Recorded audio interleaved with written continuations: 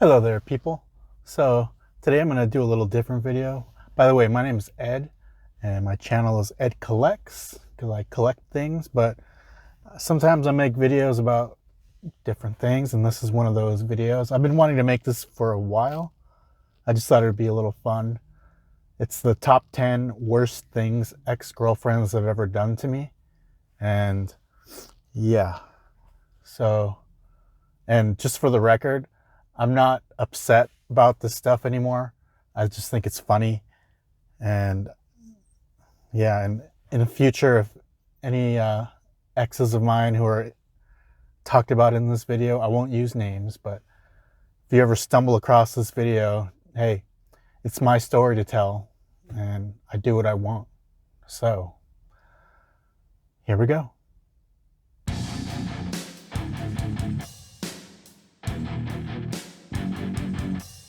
Okay, we're gonna start off with an honorable mention, number 11. It was, so I had a big CD collection back when people used to listen to CDs. I had 300 or 400 that I would keep on this big rack, and I had them in alphabetical and chronological order, always. And every time an ex-girlfriend of mine and I would get in a fight, she would purposely knock over the rack and start stomping on the jewel cases because she knew that would make me mad. And whenever we'd stop fighting, I'd have to pick them all up, put them back on the rack, put them back in order. So yeah, that's a nice way to start out. Number 10, an ex-girlfriend told me she had AIDS after we broke up. And for about a week, I thought I was gonna die. And then I got tested and it was negative. And she told me that she just made it up to make me feel bad. Number 9, I had a 2001 Camaro SS, 6-speed, like 325 horsepower, 350 feet of torque or something like that. And I enjoyed every minute I was behind the wheel. I used to take it to the track. I used to race people on the streets. I had 5 speeding tickets in 1 year within 2 states. But anyway, an ex-girlfriend of mine wrecked it. I was letting her drive it, and I was behind her in my little piece of crap car.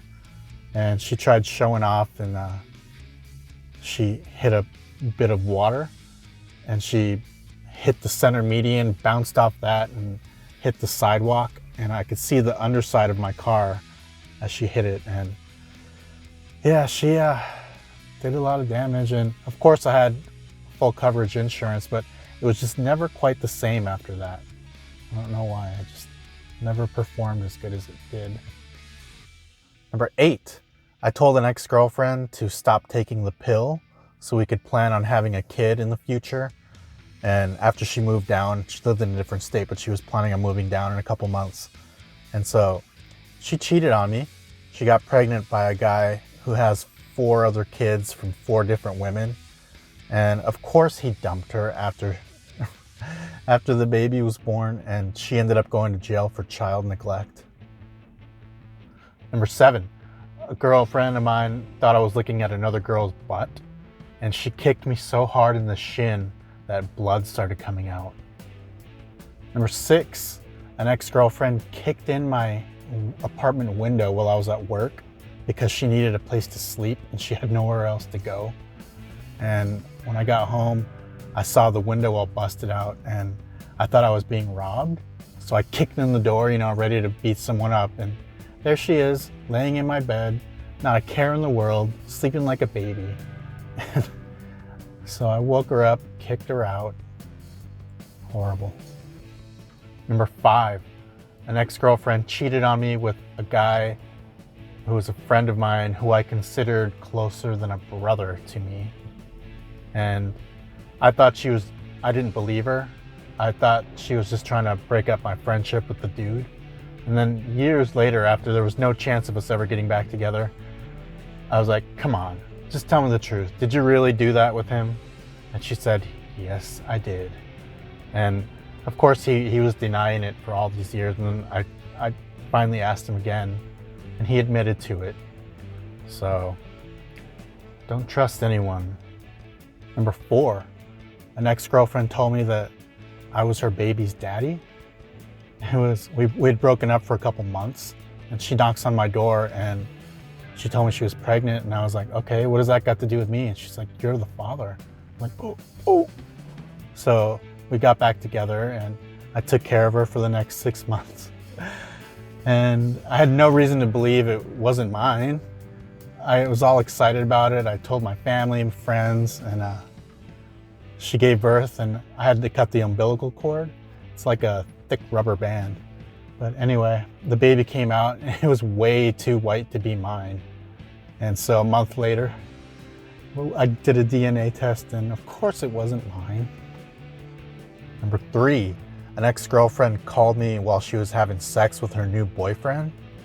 And I could, she was of course fake moaning and saying his name, and I could hear him in the background saying, "Say it louder." Number 2, an ex-girlfriend claimed she was pregnant. She was kind of a cuckoo, and so she demanded $400 for an abortion, and I couldn't write the check fast enough, and so I sent it to her. And then after she cashed it, she called me and said that she was never pregnant. Besides a few nasty emails we sent to each other, I never talked to her again. So I guess it was good $400 spent to never have to talk to her again. Number 1, I was dating a girl for 6 years, not 6 months, not 6 days, 6 years. And she actually ended up dumping me for her lesbian softball coach. And people say, ooh, she must have been hot, the softball coach. And I was like, no. She was just this fat, disgusting, really ugly chick. And yeah, what happened, I ended up moving down. I moved several states down to be with her. I left all my friends, I quit my job, I started a new school. And yeah, the day after I got there, she's like, yeah, I kind of fell in love with someone else. And I was like, who is this guy? So I can go beat him up, She goes, it's not a guy. It's my softball coach, blah, blah, blah, whatever her name is. Unbelievable. It's like, why wouldn't you tell me that before I made plans to move down? Oh, well. So, women, am I right?